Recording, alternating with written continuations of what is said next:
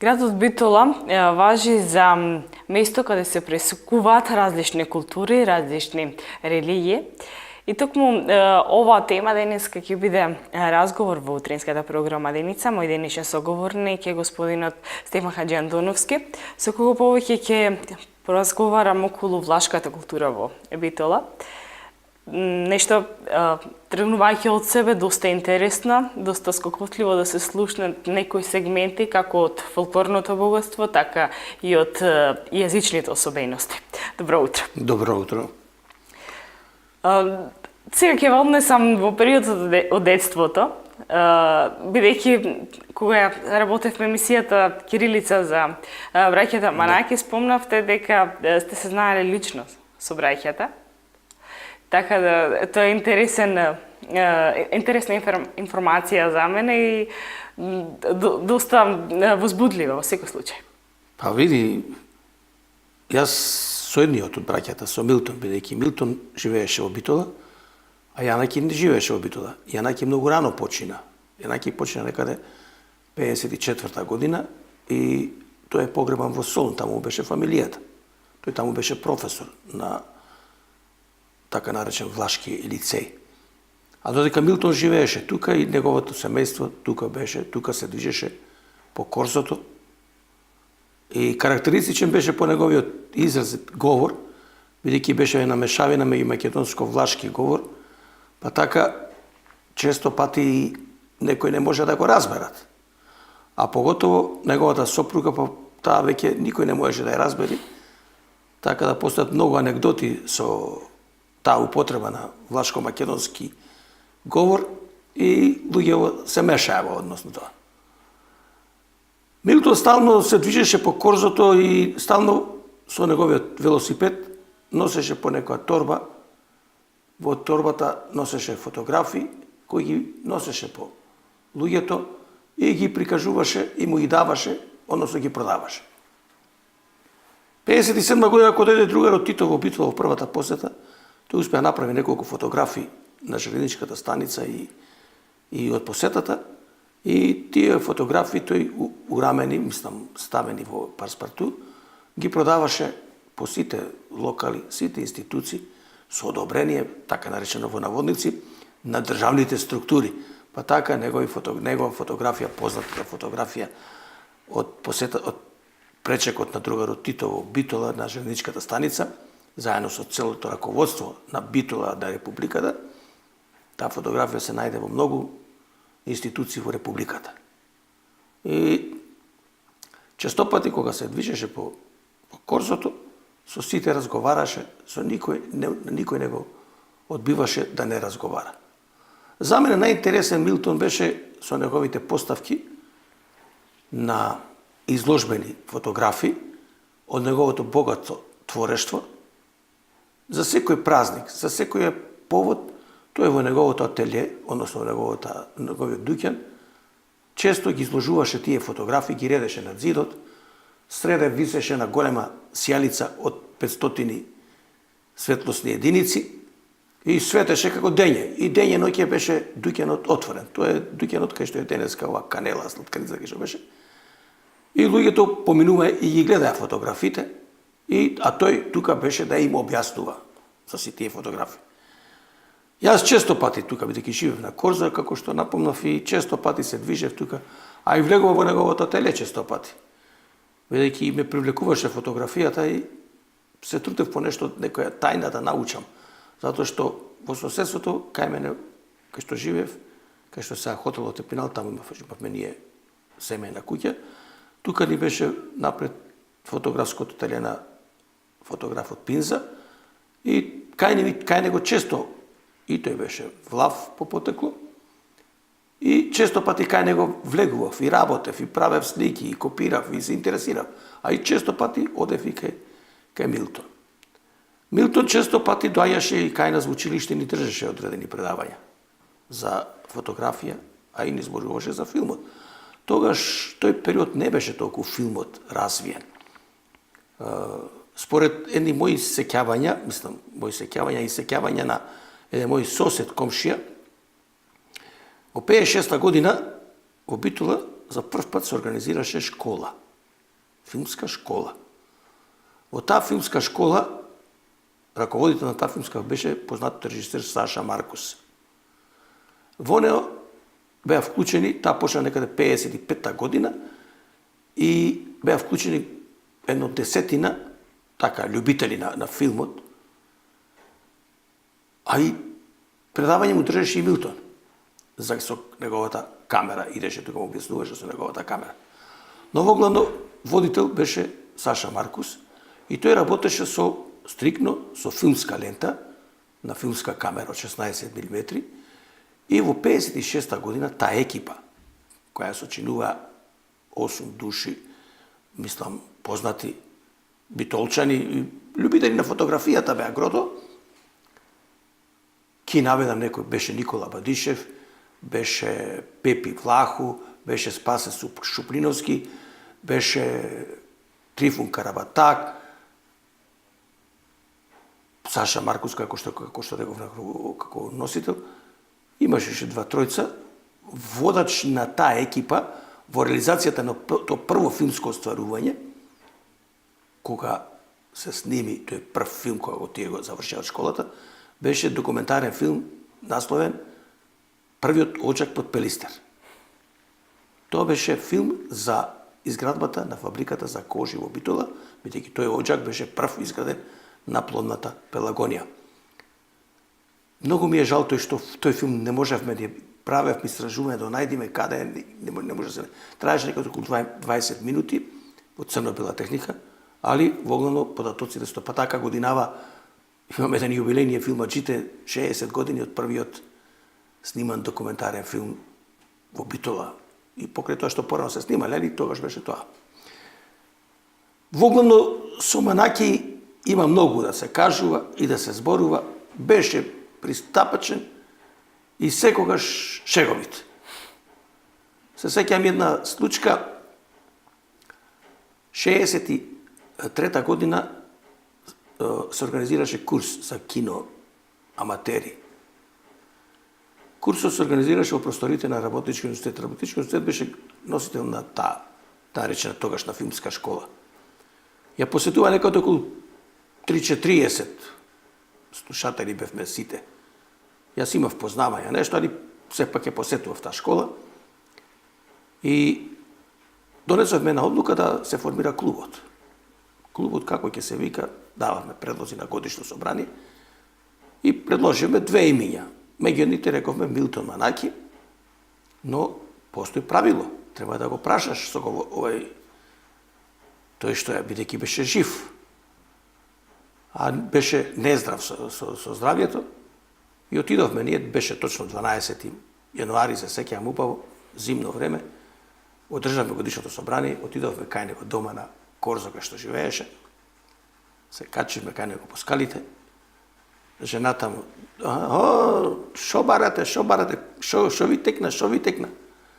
Ништо рековме, ај со Чичко Милтон да збораме, рековме. И ај седнавме, прогоривме малце и му велиме, рековме, Чичко Милтон баш ми е убаво, баш убаво сакам, рече така. Многу сакам да дојдам да ви држам некој час, рече, ама не можам, гледаш, не можам да станувам, вели. И друго сакаме, реков, името да биде твое клајно. Баш ми е мило, рече. Баш ми е сакам многу, рече, нека биде, нека се величе името, рече. И станете пославни, рече, од мене. Фала, па така ја продолживме таа традиција со Милтон. Бидејќи денешниот разговор е насловен влашката култура во Битола, тука ќе обрнеме внимание на јазикот. Што се прави за да се зачува влашкиот јазик, како може да се каже едно културно богатство? Па види, секој јазик е богатство. Било кој јазик да го владееш е нешто. Јас ќе кажам еден пример. Имам еден пријател, возач. И тој често патува во Грција. И му велам, одиш натаму, реков, Јанина, Мецово, натаму, како не бе, Каламбакама, натаму. Ода. Слушај, реков, ќе одиш во Мецово и во една кафана, во среде кај тој едно дрво големо каш има, Пандери се вика, реков, таму ќе одиш да јадиш, реков, ќе поздравиш мујкам од мене и ќе му кажеш, ќе му напишеш едно 10 збора на влашки како да му се обрати, ја, абе, добро, ти не знаеш, абе, немам со кој да спорам ова, толку ги знам, му рече. И вели ме почасти толку многу, ево колку може да значи познавањето на јазикот. Во однос на јазикот, ние преку комуната на власите браќа Манаки, која го носи името на двајцата културни дејци, се трудиме да не се заборави прво јазикот, потоа културата, традицијата, обичаите, фолклорот и слично. На кој начин комуната преку Лигата на властите на Македонија се издействува да покрај тоа што во преамбулата на Уставот е внесена правата и должностите на властите во Република Македонија, се овозможи да влашкиот јазик биде застапен и во образовните форми. Тоа е најголемата придобивка за развојот на јазикот. Децата од второ оделение, порано беше од трето, сега од второ оделение, основно образование, до девето оделение сега, ја изучуваат влашката култура и влашкиот јазик. По 2 часа неделно имаат. Тоа е изборен предмет. Во минатото беше факултативна настава, сега од пред 3 години предметот е изборен. Така да, оние деца кои што имат, си одат, му влегува во оценката по влашки јазик, како предмет, му влегува во комплетната оценка на успехот во училиштето. Додека кога беше изборен предмет, односно факултативен, не влегуваше. Стоеше во свидетелство, не влегува во избирателно.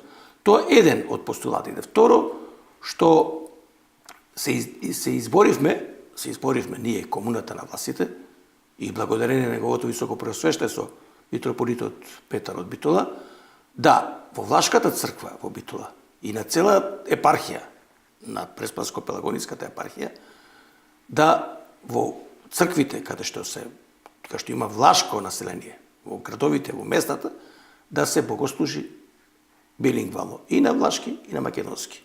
Па така, во црквата Свети Константин и Елена, каде што исклучиво се смета како една од влашка црква, се служи и на влашки и на македонски. А и во останатите цркви во околината на Битола и пошироко, ова се богослужи на влашки јазик. Јас само ќе кажам еден пример. Пред неколку време кога беше ова осветувањето, ми се чини на споменсовата на Тоше Проевски. Бевме ние од комуната во делегација во Крушево и со митрополитот Петар и епископот Климент рековме, сакавме, па оти не пеевте, рече. Ама не ни беше така згодно да, иначе, че имате благослов од владиката или нема проблем. Па така во сите овие наши околни села, Нижополе, Трново Магарево, Маловиште, Гопеш, каде кога има празници, богослужби, се оди се богослужи не целосна литургија, не целосен али делови од богослужбата се пее на влашки јазик. Друго што ние во комуната редовно одржуваме средби, мислам состаноци, се трудиме да таа култура биде застапена. Секоја година, благодарение, пак ќе речам, на Министерство за култура на Република Македонија, општината Битола, градоначалникот општина Битола, ја помагаат културата и традицијата на власите. Имено, скоро секоја година, во последниве, можам да речам 10 години, сме влезени во програмата за финансирање од страна на Министерство за култура, преку одреден проект. До лани ни се викаше во Влашкото мало, а годинава тој го надополнивме со тоа што го нарекуваме како недела на влашката култура и традиција. Додавка во Влашкото мало. Годинешната програма ќе ни биде многу обемна, а ја планираме во неделата пред празникот на власите, односно 23 мај е празник на сите власи во Република Македонија, со закон одобрено, бидејќи тој ден е донесен тој така наречен акт од страна на султанот во 1905 година, кога на влашкото население им се дадени сите права и надлежности во употребата на јазикот, културата и традицијата во училишта цркви и слично. Бидејќи често сработувате со млади луѓе, како се расположени тие кога станува збор за зачувување токму на влашкиот јазик и на сегменти од таа традиција, обичај, кои ги имам многу и запишани се многу? Види, во минатото имавме фолклорна секција, но од некои необјасними причини, пред се финансиски причини, згасна тоа. Но и покрај тоа, ние се трудиме да настапуваме со одредени сегменти од влашката култура и традиција. Имено, благодарение на ова што се изучува влашкиот јазик во училиштата, децата кои посетуваат таа настава редовно настапуваат на сите манифестации кои ги имаме ние во организација на комуната со одредени поезија, песни, во интерпретација вокални инструменти, а секако тука се и музичките настапи. Тука секако би издвоили групата Калабалак, која на секоја наша покана тие ни удоволувуваат со нивна програма која припремат за изведба на влашки песни во оригинал испеани, свирени и така натака. Бидејќи неколку души од таа група се попотекло власи, па така.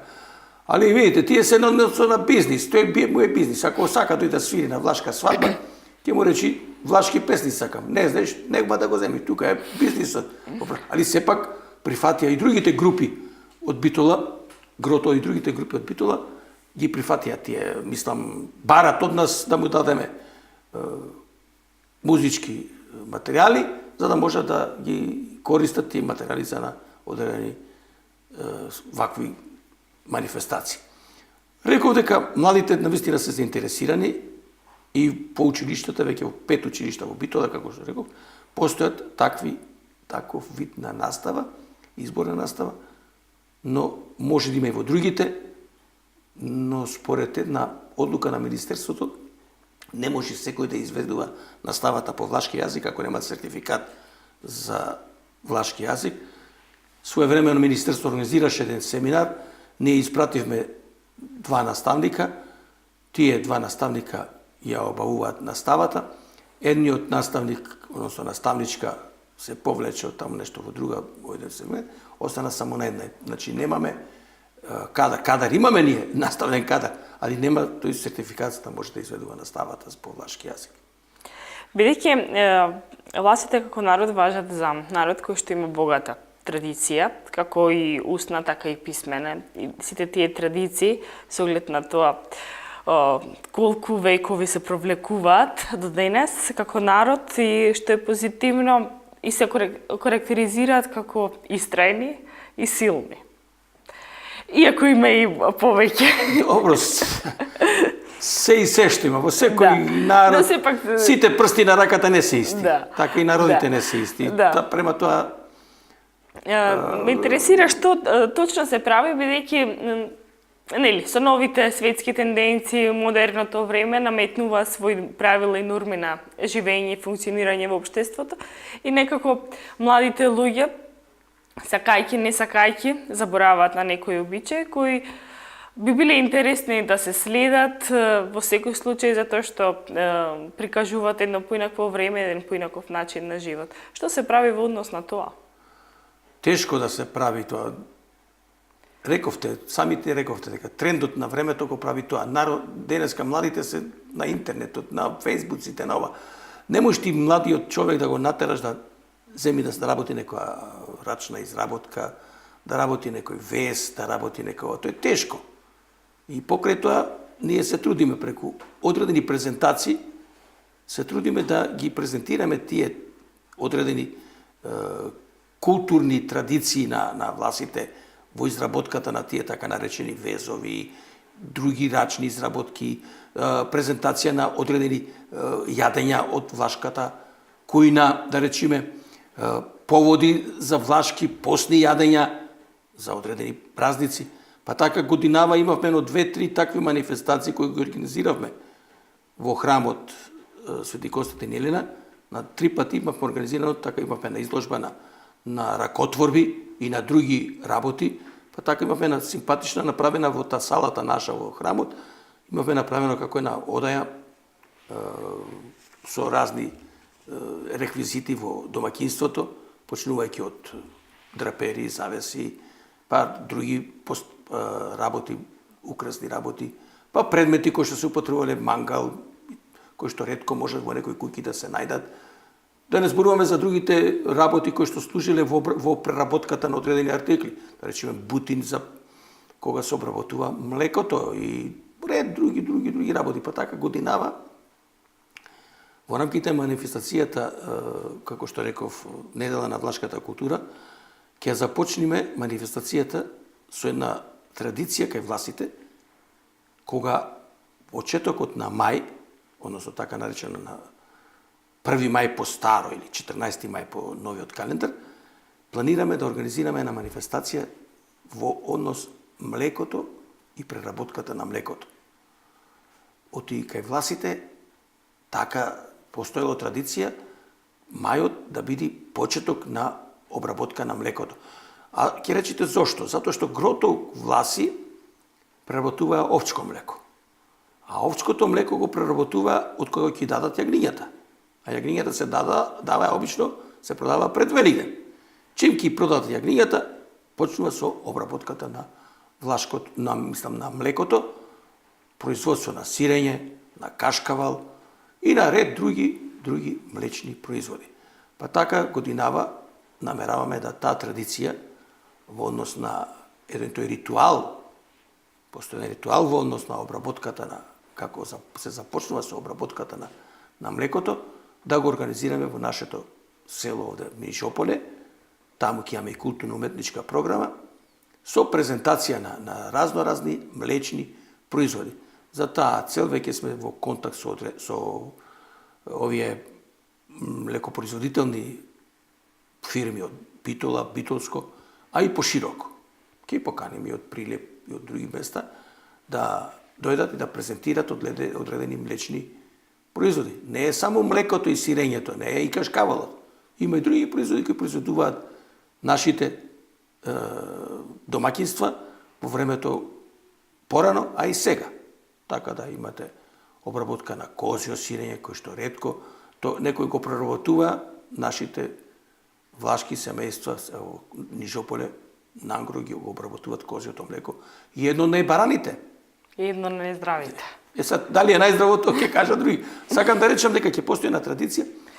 Исто така, сакам да напомнам дека во рамките на таа програма, во однос што прв пат ја презентирам јас сега пред јавноста, затоа дефинитивната програма која ќе биде готова, ќе имаме презентација на една пресконференција.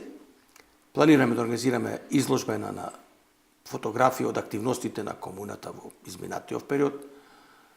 Планираме да организираме на трибина, што кој сме во преговори, бидејќи годинава се навршуваат 100 години од големиот екзодус на власите од овие краеви. Имено 1916 година голем број на влашки семејства од околните наши села Гопеш, Маловиште, Трново Магарево, Нишополе, па и од градот Битола, беа интернирани во Бугарија. Тој екзодус е многу направен и ден денес тие некои семејства останаа таму да живеат, формира. Меѓу другите, во тој екзодус беше и Јанаки Манаки. Јанаки Манаки беше отргнат тука и испратен во Пловдив. Таму тој отвори дуќан, работеше, твореше и работеше. Затоа еден период на отворештвото, филмското творештво на браќата Манаки го нема. Од 16 до 19 година го нема во нивната архива. Токму заради тие работи, затоа што Јанаки не беше тука, беше во Пловдив, двајцата тие тандемски ги работеа тие материјали. Па намераваме на трибина, научна трибина, со настап на историчари, познавачи и други гости да настапат.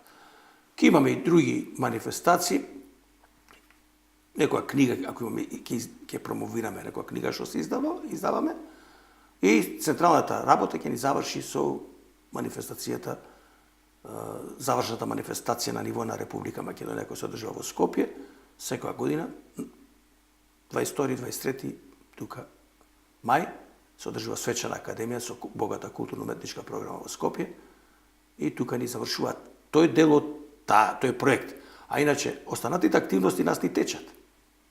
И во текот на останатите месеци, како што и теча во изминативе овие месеци. Ево, пред некој ден имавме одбележување на годишнината од смртта на Милтон Манаки, односно ги спомнуваме и двајцата, затоа што се тука со 10 години разлика е Јанаки умрен пред тоа, после Милтон, така едно чествување, бидејќи гробот на Јанаки е во Солун и не знаеме каде е точно, правиме напори да научиме каде е, али ќе видиме сега, сме во контакт со градоначалникот на Солун, па да ни помогне, бидејќи тој е влав, па да помогне да го обележиме тој гроб на Јанаки Манаки во Солун.